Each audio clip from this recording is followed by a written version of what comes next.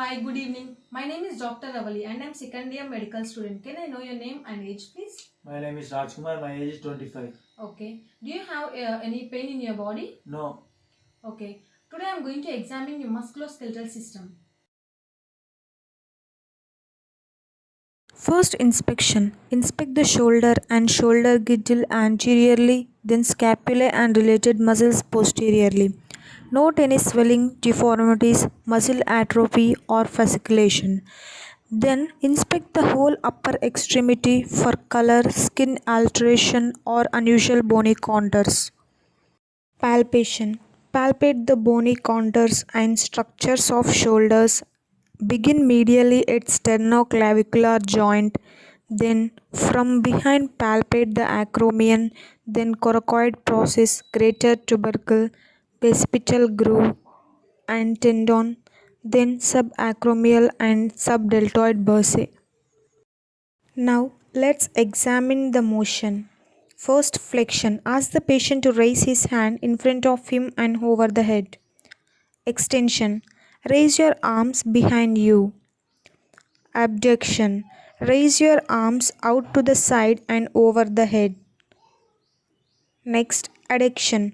Cross your arm in front of your body. Next, internal rotation.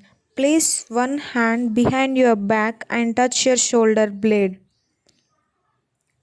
Then, external rotation. Raise your arm to the shoulder level, bend your elbow, and rotate your forearm towards the ceiling.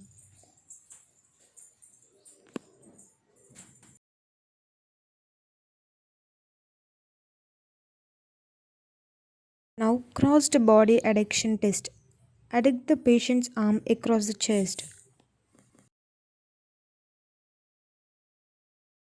Apply scratch test.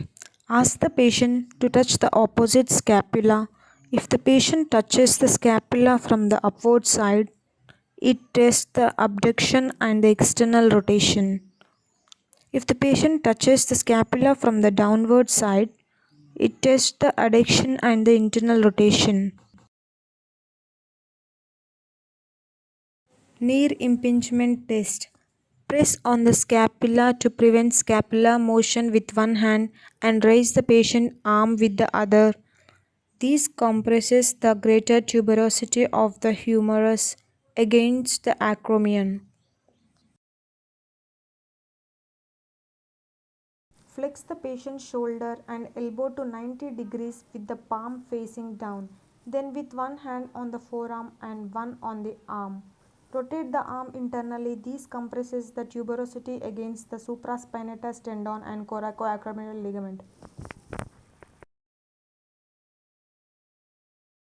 Ask the patient to fully abduct the arm to shoulder level up to 90 degrees and lower it slowly. Note the abduction above the shoulder level from 90 to 120 degrees reflects the action of deltoid muscle. Elevate the arm to 90 degrees and internally rotate the arms with the thumbs pointing down as if emptying a can. Ask the patient to resist as you place downward pressure on the arms.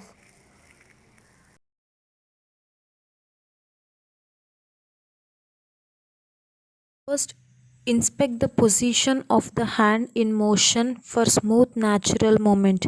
When the fingers are relaxed, they should slightly flexed. The fingernail edges should be in parallel. Then inspect the palmar and dorsal surfaces of the wrist and hand for swelling, over joints or signs of trauma, deformities of wrist, hand or finger bones and any angulation. Observe the contours of the palm like thinner and hypotenuse reminiscences. Note any thickening of flexor tendon or flexor contrast in the fingers. Palpation.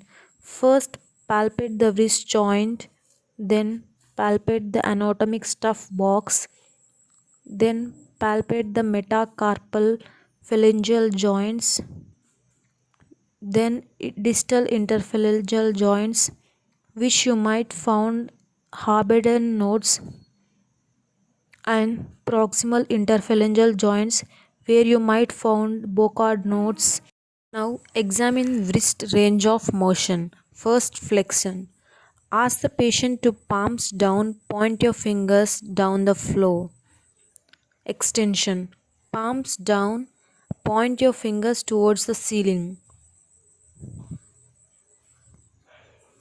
Then adduction, also called radial deviation. Palms down, bring your fingers towards midline. Then abduction or ulnar deviation. Palms down, bring your fingers away from midline.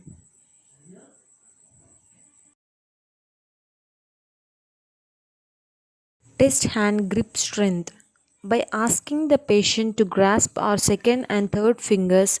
These test function of wrist joint, the flexors and the intrinsic muscles and joints of hands.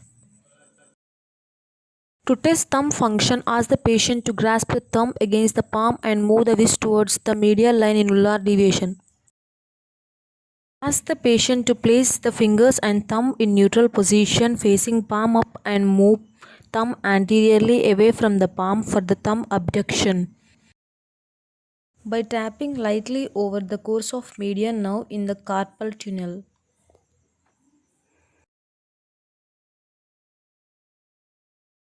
Ask the patient to press the back of both hands together to form right angle. This maneuver compresses the median nerve.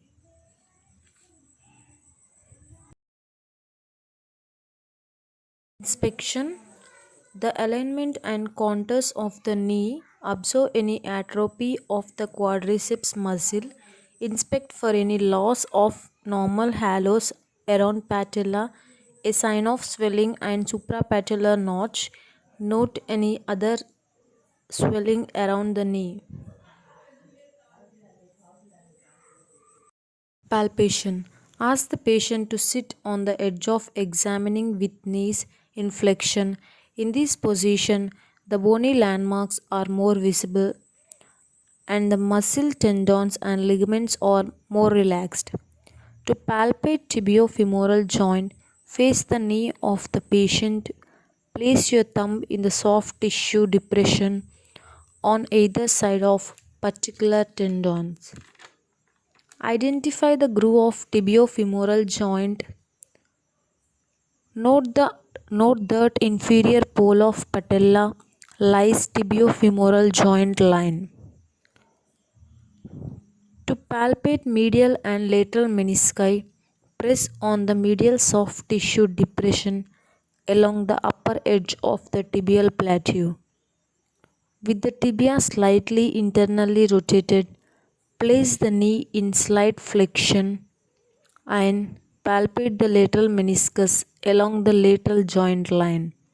For palpating patellar femoral compartment, locate the patella and trace the particular tendon distally until we palpate the tibial tuberosity. Then, for palpating the suprapatellar pouch, start 10 centimeters above the superior border of the patella, well above the pouch, and feel the soft tissues between the fingers and the thumb. Move your hand distally in a progressive steps. Continue palpating sides of the patella. Note any tenderness, swelling, and then palpate the prepatellar bursa.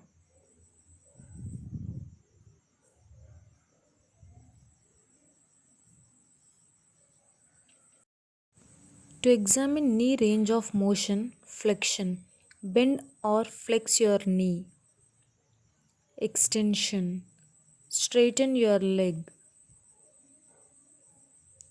Next, internal rotation. While sitting, swing your lower leg towards the midline.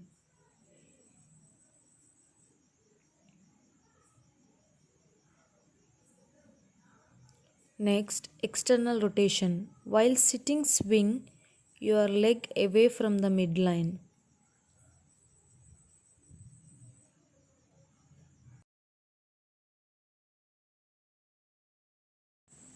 With the knee extended, place the left hand above the knee and apply the pressure on the suprapatellar pouch.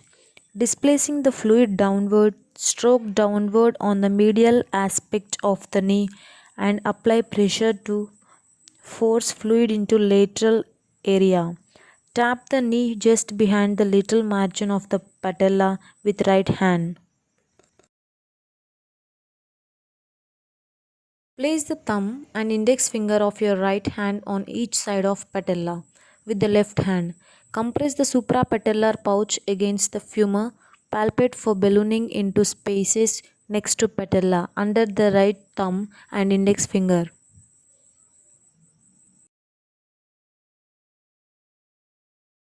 To assess large fusion, compress the suprapatellar pouch and ballot or push the patella sharply against the femur.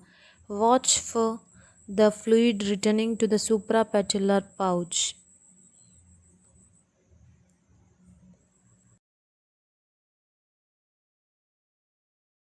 With patient supine, grasp the heel and flex the knee.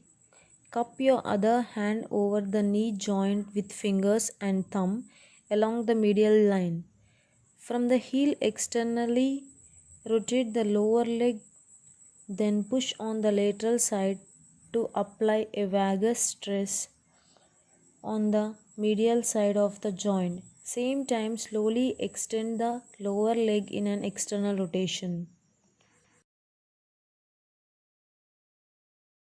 With patient supine and the knee slightly flexed, move the thigh about 30 degrees laterally to the side and place one hand against the lateral knee to stabilize the femur and other hand medial ankle. Push medially against the knee and pull laterally at the ankle to open knee joint on the medial side. With thigh and knee in same position, change your position so that you can place one hand against medial surface of the knee and other hand at the lateral ankle. Push laterally against the knee and pull medially at the ankle to open knee joint on the lateral side.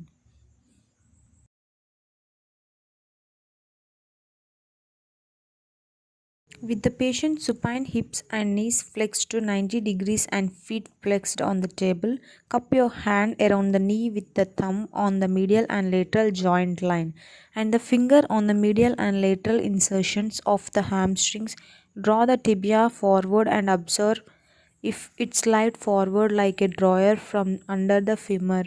Compare the degree of forward movement with that of opposite knee.